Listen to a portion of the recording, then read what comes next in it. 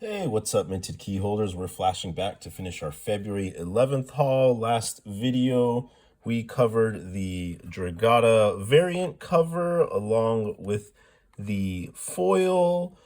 So today we're completing it with the A cover, which is very nice, and I do like it very much so.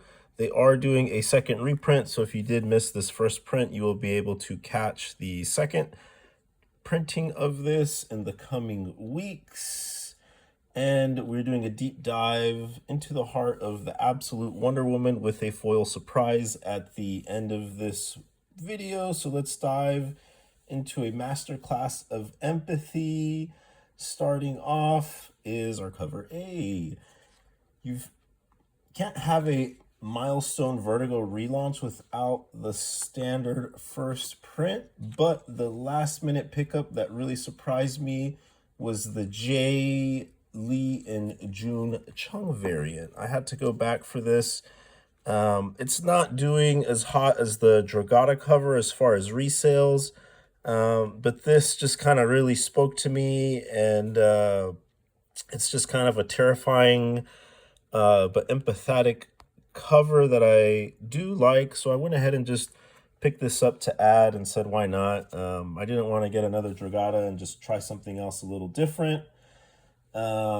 Please be sure to check out my previous video on this where I go over the full first issue.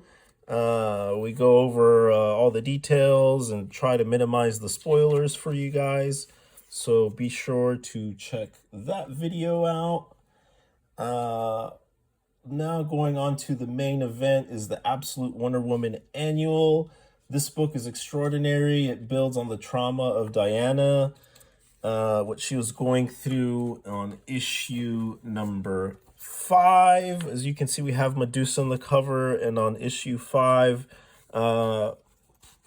Wonder Woman actually becomes Medusa. I still haven't read this issue. I just picked this up, and we will be covering it in our next video.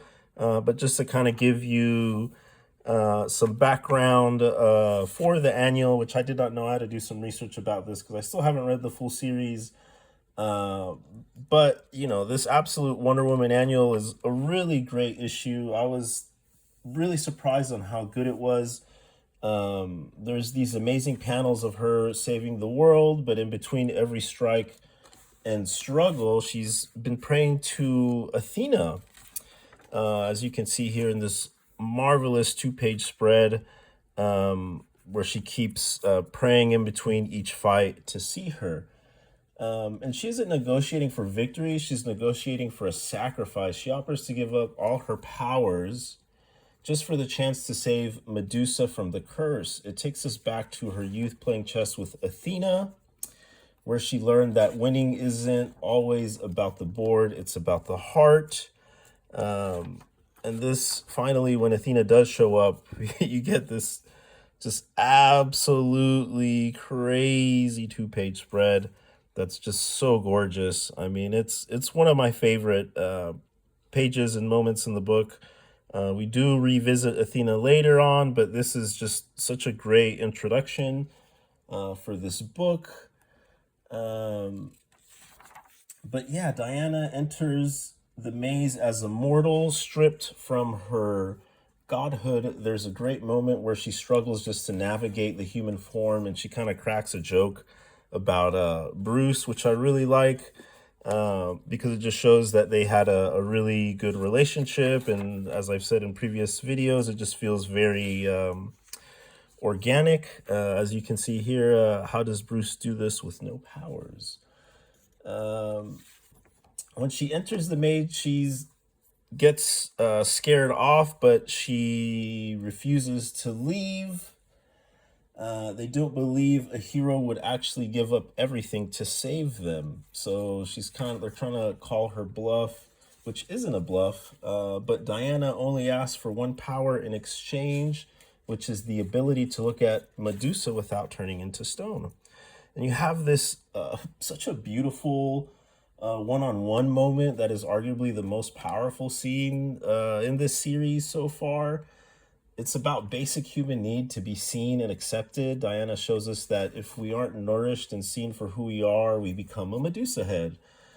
This is a side of being human that isn't popular and we don't talk about it much, but Diana nourishes it here. It's a heartfelt, self-contained story that defines what a hero should be.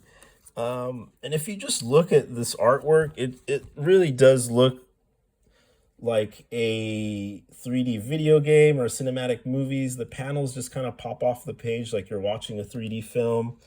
It's you just can't stop looking at it, and you're gonna turn back. I mean, just the lighting and all this and the coloring, you just don't see this in many comic books. So you truly want to appreciate this scale of art, and it's just such a visual powerhouse compared to other comic books that I've read. So I feel like this will really stand out, and it's a very strong way to start the annual. I'm curious to see if they're going to do another one for 2027. So it's overall a great read. I really did appreciate what they did. And the Wonder Woman crew is really doing such great work alongside the absolute Batman. It's definitely a 10/10. They're saying it's a one shot, so we'll see. But also, I want to go over the Sherman wraparound variant. I saw this on Twitter, and I had to go back to the comic book store to pick it up because someone did post it, and they showed the wraparound, and I was just so impressed with this issue that it's just something you kind of have to add to the collection. And what's crazy, this was the last one, and it was in good shape. I wasn't having to go through a whole bunch. You do have a little right there, but I'm not too worried about it, and a little bit on top. But as far as there's no color breaks and there's no chips or anything like that. So absolutely fantastic. I'm really happy with this. Let me know if you picked up any of the variant covers. And then jumping on to our finale, our surprise is the Joker second print cover A foil. I did just clean this, so I don't want to get my dirty fingers on this. I believe I'm going to send this to CGC to get graded. This should be an easy 9.8. I went through the whole stack, and unfortunately I didn't pick up a second copy, guys. I'm super bummed. I'm still kind of kicking myself on the foot for this because there were 2 or 3 other copies that were pretty darn close or too nice as this one.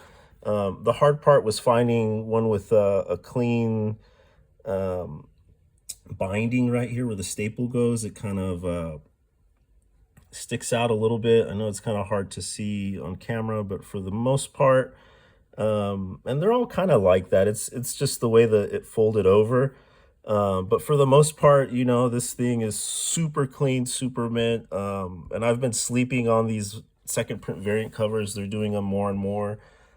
So I can't wait to get the absolute Wonder Woman crossover that they're going to do. And I believe also it's the Wonder Woman and the Batman. So they're doing both of those in foil. So couldn't be more stoked to check those out. If you like this kind of video, be sure to like and subscribe. Follow us on Twitter at MintedKey. Keep stacking, and I will catch you on the next one. Thanks, guys. Cheers.